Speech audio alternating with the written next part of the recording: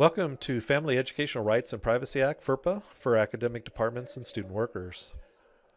FERPA is a delicate balancing act between two principles. The first one being the public's right to know versus an individual's right to privacy, and the second one being providing excellent customer service while at the same time protecting access to vital student information. The FERPA language will distinguish between mays and must. There are items in the legislation that we must do to ensure compliance. However, there are also things that are written in the legislation that we may do but are not required to do. For example, we may release student records to the parent of a student who has claimed their student as a dependent on their federal tax return, but we are not required to do so. UNC will look at these situations on a case-by-case basis.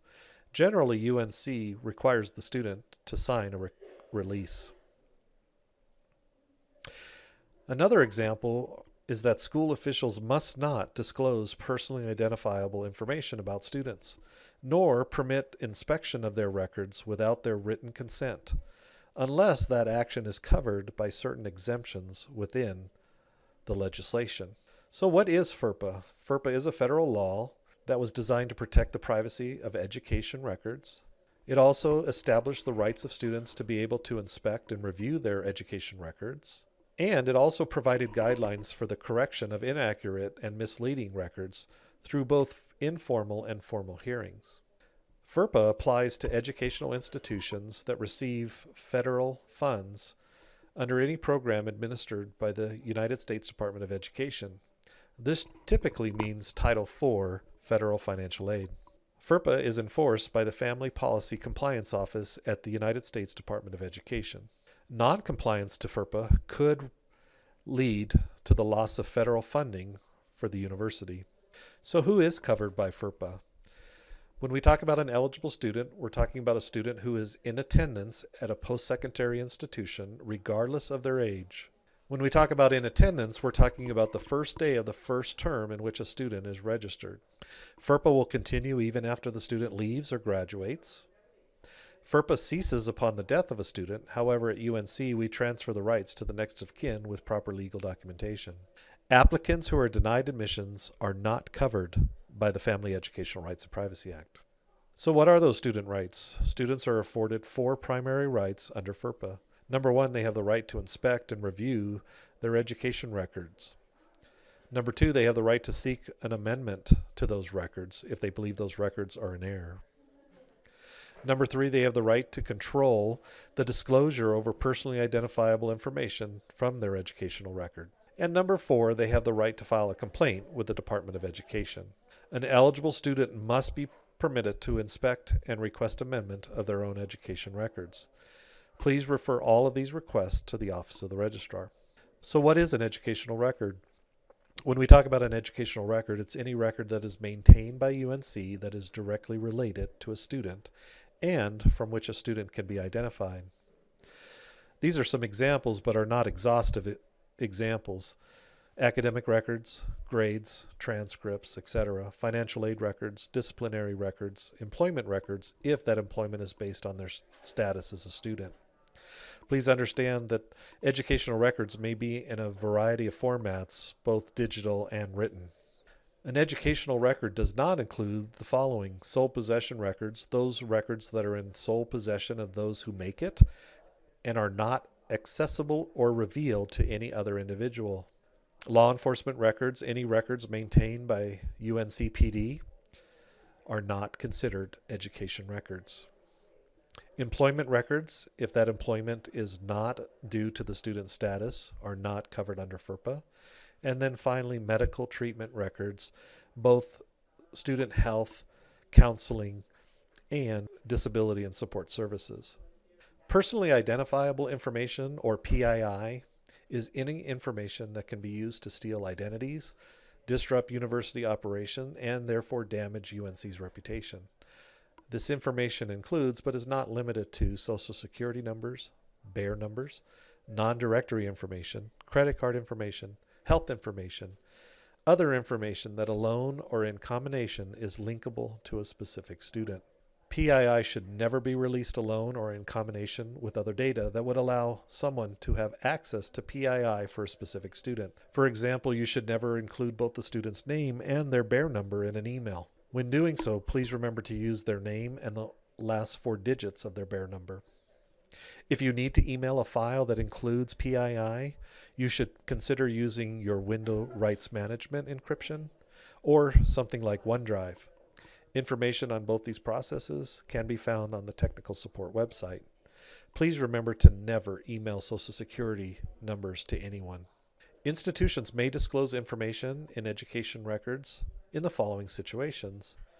If that information is only directory information in nature, if that information is released directly to the student, if it is released to a third party with student consent, if it is to the parent of a student, please refer all those requests to the Office of the Registrar. If it is to a school official that has legitimate educational interest, without prior consent in certain situations. So what is directory information? Directory information is personally identifiable information contained in an education record of a student that would generally be considered not harmful or an invasion of privacy if disclosed. Directory information may be disclosed to anyone by any means on any student without student permission, except for students who have requested that their directory information be withheld. Please note you cannot confirm directory information that is linked to non-directory information. For example, if someone was to call you to verify a student's dates of enrollment and provide you only a Social Security number, you cannot disclose that information because by doing so you have also confirmed their Social Security number. Directory information at UNC includes the following: student name, address, phone, email address, date of birth, dates of attendance, full and part-time enrollment, student classification, major field of study, degrees pursued or being pursued, degree confer dates, honors, awards, or publications, most recently attended educational institution, participation in officially recognized sports and activities, and for athletes, physical factors. Student information may never include the following: race, gender, social security number, either full or partial, grades, student schedules, GPA, religion, and country of citizenship. Non-directory information may be released directly to the student if that student is in person with valid ID, via their bear mail, over the phone once you have verified and authenticated them. For verification, you'll need the following: full name, date of birth, bear number.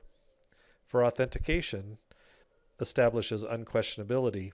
You can ask things like first or last date of attendance, high school attended and graduation year, number of credits in a previous term, a professor's name, GPA, transfer institution attended or number of credits, courses taken in the previous term, degree awarded, and date are some examples of authentication questions. For more information, please contact the Office of the Registrar. Non-directory information may be released to a third party with student consent.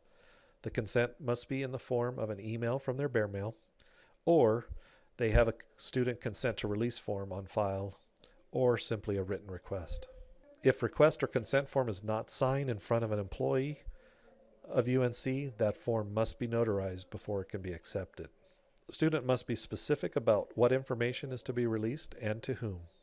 If you have consent for someone else to pick up documents, please ensure that the person picking up has photo identification before releasing that data. Institutions are required to keep a record of requests and disclosures. These records are part of a student's education record and must be retained by the institution. Non-directory information may be released to a parent in certain circumstances. At the post-secondary level, parents have no inherent right under Ferpa to inspect their child's education record. At UNC, we recommend that parents get education record information directly from their student. A student can also provide a signed consent giving parents and other third parties access to their education records, which would allow UNC personnel to release information directly to the parents. Records may be released to parents without a signed consent if the parents can submit evidence that the student is their dependent in the most recent federal income tax form. Always refer these parents to the Office of the Registrar. Non-directory information may be released to school official with legitimate educational interest.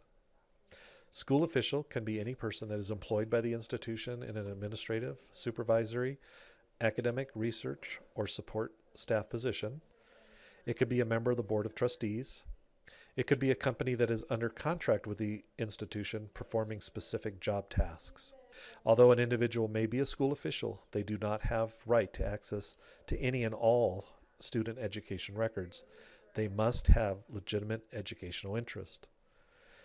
We say someone has legitimate educational interest if they fall under one of these three categories. They are performing tasks specific to the position description and contract. They are performing a task related to a student's education. They are performing a task related to the discipline of a student. Please remember that curiosity does not constitute a legitimate educational interest. Non-directory information may be released without student consent, certain situations including to federal and state and local authorities involving an audit or compliance with educational programs, in connection with financial aid, to comply with a judicial order or subpoena, in a health or safety emergency, to accrediting agencies, and to organizations conducting studies for or on behalf of UNC. Student request of non-disclosure of directory information. Students can request that UNC not release their directory information. However, this does not provide anonymity in the classroom setting. Students considering this option are counseled by the Office of the Registrar because of the severity and consequences that this request can cause. Students who have selected this option will have a confidential indicator on their record. If this is in place, it will remain on the student's record until the student completes the steps to remove that hold. Cannot release information to anyone except the student in person with a valid ID. If UNC receives an inquiry regarding the student, UNC must respond that they have no information on that individual. So let's test your knowledge. A student comes in and wants you to print a copy of their unofficial transcript before their advising appointment. Should you do this? No, please refer the student to URSA to print a copy or to the Office of the Registrar if they have a hold. A parent calls and wants to talk about her child's attendance and grades. Can you give her any information? In this case, we ask that you refer them to the Office of the Registrar because parents do not have an inherent right to this information. Before you hang up, this parent indicates that her child has signed a form allowing release of non-directory information to her. Can you now give her any information? Please contact the Office of the Registrar to confirm the student consent form is on file prior to releasing any information. A student wants to pick up her roommate's assignment when she picks up hers. Can she do this? No, not without written consent from the roommate. Easiest way to achieve this is to have her send permission via her bare mail. Since the student is required to sign into URSA with a user ID and password, UNC treats the bare mail as a signature in this situation. An instructor wants to leave student graded test on a table in front of the classroom and have students pick them up. Can the instructor do this? No, this would allow students to see the name and grades of other students in the class. If you are granted access to URSA and Banner, it must mean you have the right to look at any student record. Is this true? No, Ferpa stipulates that you must have legitimate educational interest when you view or access a student record. This means that you can only access the information on those students that you are required to do so to fulfill your professional responsibility to the student and to UNC. Please remember, curiosity is not a legitimate educational interest. While you are working on your computer, a student comes in and is able to view student information on your computer screen or on the records on your desk. Is this a violation of FERPA? Yes, student records are protected regardless of the format, electronic or written. You must turn over documents or adjust your screen so that student information is not viewable while others are in your work area. Your coworker does not have access to certain Banner screens, or URSA. She asks if she can use yours. Do you give it to her? No, you should never allow another person to access your data. You are responsible for any action that is taken with your user ID, and it is a violation of university policy to let someone else access your account. You need to discard some student records. Can you put them in the trash? No, any documents containing student information must be shredded or placed in locked confidential shred bins provided by facilities. Please do not place any papers in the small blue recycle bin that contain any student information. Papers placed in these are recycled but are not shredded. A student calls and asks what grade she received in a course. Can you give her that information over the phone? No, please refer the student to URSA or the Office of the Registrar. When providing information over the phone, you must first verify that you are talking to the correct student and then authenticate that person on the phone. That process is best handled by the Office of the Registrar. An Honor Society advisor in your department would like a list of students who have a 3.5 GPA or higher for membership solicitation. Can we give her that information because of legitimate educational interest? No, the interest of the advisor is on the behalf of an honor society and not of UNC. Please refer them to the Office of the Registrar for assistance.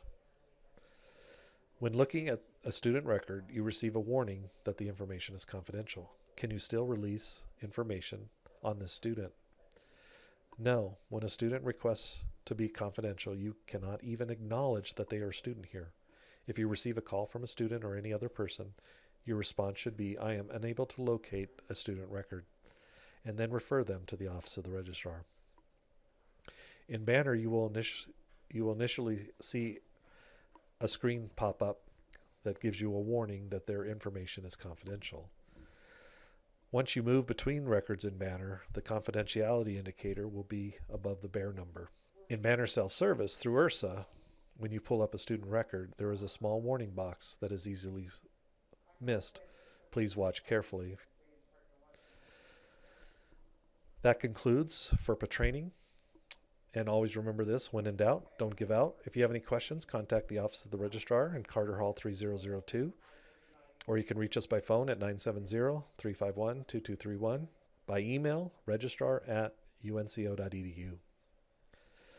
For additional resources, you can visit the Office of the Registrar's website at www.unco.edu/registrar. If you'd like more information about FERPA resources, you can contact the Family Policy Compliance Office at the U.S. Department of Education, or you can visit the American Association of Collegiate Registrars and Admissions Officers website for additional information. Thank you and have a good day.